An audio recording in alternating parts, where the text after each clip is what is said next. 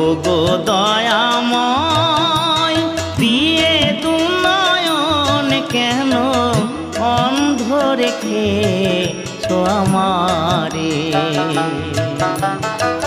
তুমি যে বিশ্বময় বিরাজ করো দয়াময়, তবু আমি এমন অভাগা পাই না দেখিতে তোমার।